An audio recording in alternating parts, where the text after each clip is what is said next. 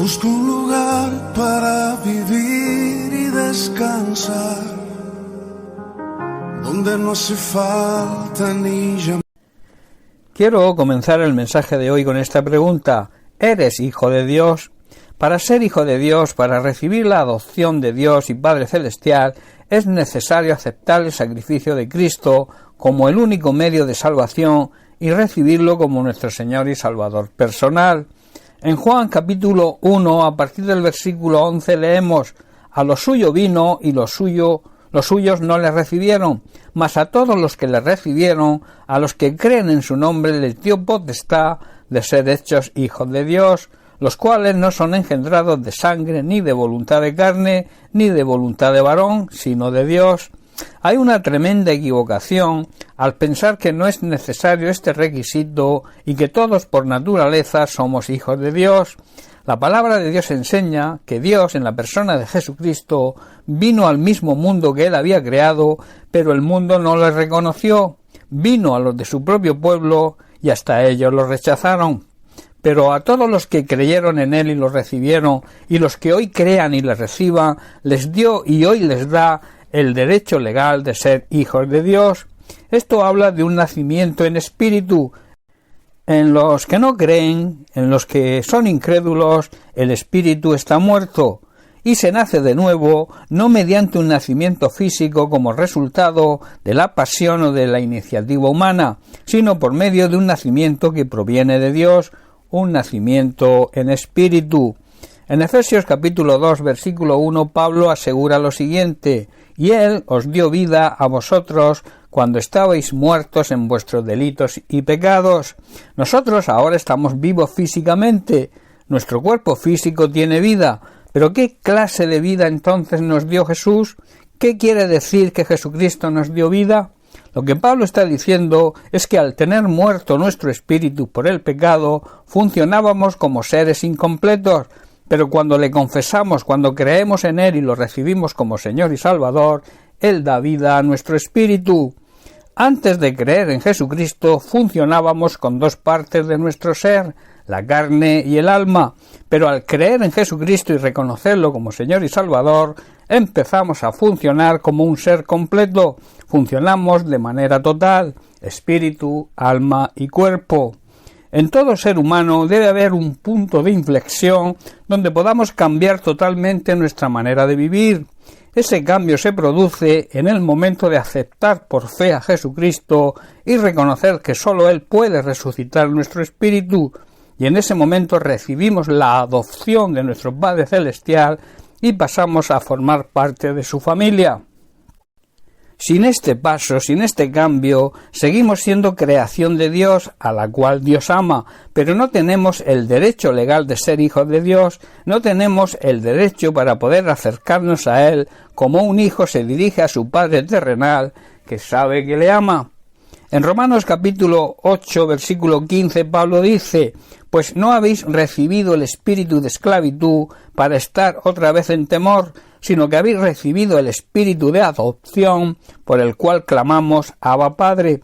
Abba Padre significa papaíto en arameo, que era el lenguaje que Jesús empleaba con sus discípulos, era un lenguaje íntimo y familiar. Cuando nos convertimos, recibimos vida en nuestro espíritu, y esto nos hace que perdamos todo temor sobre lo que pasará después de la muerte de nuestro cuerpo, y además, al recibir la adopción de parte de Dios, somos declarados en el cielo como hijos de Dios. Podemos también dirigirnos a nuestro Padre Celestial de una manera íntima y familiar, pidiendo su ayuda y protección. Esto contiene una gran revelación y significa que cuando Dios nos adopta como hijos, tenemos y recibimos los mismos privilegios que su amado Hijo Jesucristo. El saber esto debería llenarnos de gozo. De la misma manera que el Padre ama a Jesús, nos ama a nosotros. Él nos ama aunque nosotros no le amemos a Él y no queramos que nos ame, y no hay nada que podamos hacer para que deje de amarnos. Su amor es eterno. En Lucas capítulo 19, versículo 10, dice así: porque el Hijo del Hombre vino a buscar y a salvar lo que se había perdido. Hermano, Jesucristo ha venido para acercar a Dios a todos los que andan alejados de Él como consecuencia de sus pecados. Así demuestra Dios su gran amor por nosotros, un amor altruista e incondicional. Dios Padre fue capaz de enviar a su Hijo amado al sufrimiento de la cruz para que millones de personas pudieran tener la oportunidad de ser sus hijos. Nos busca porque estábamos perdidos, nos llama, no obliga a nadie y si respondemos a su llamado nos adopta como hijos, lo que no significa que si nosotros dejamos de vivir en santidad no sufriremos las consecuencias. En Romanos capítulo 6 versículo 23 Pablo declara: porque la paga del pecado, o sea, la recompensa del pecado es la muerte, está hablando de muerte espiritual, mas la dádiva, el regalo de Dios, es vida eterna en Cristo Jesús, Señor nuestro. Es vida eterna para todos los que vivimos unidos a Cristo y respetamos y obedecemos su palabra. La palabra de Dios enseña que Dios de ningún modo tendrá por inocente al culpable. El infierno existe y está lleno de gente que se consideraba buena e hijos de Dios, pero que nunca creyeron necesario el requisito del arrepentimiento y el reconocimiento por fe de que Jesucristo es el único medio de recibir la salvación.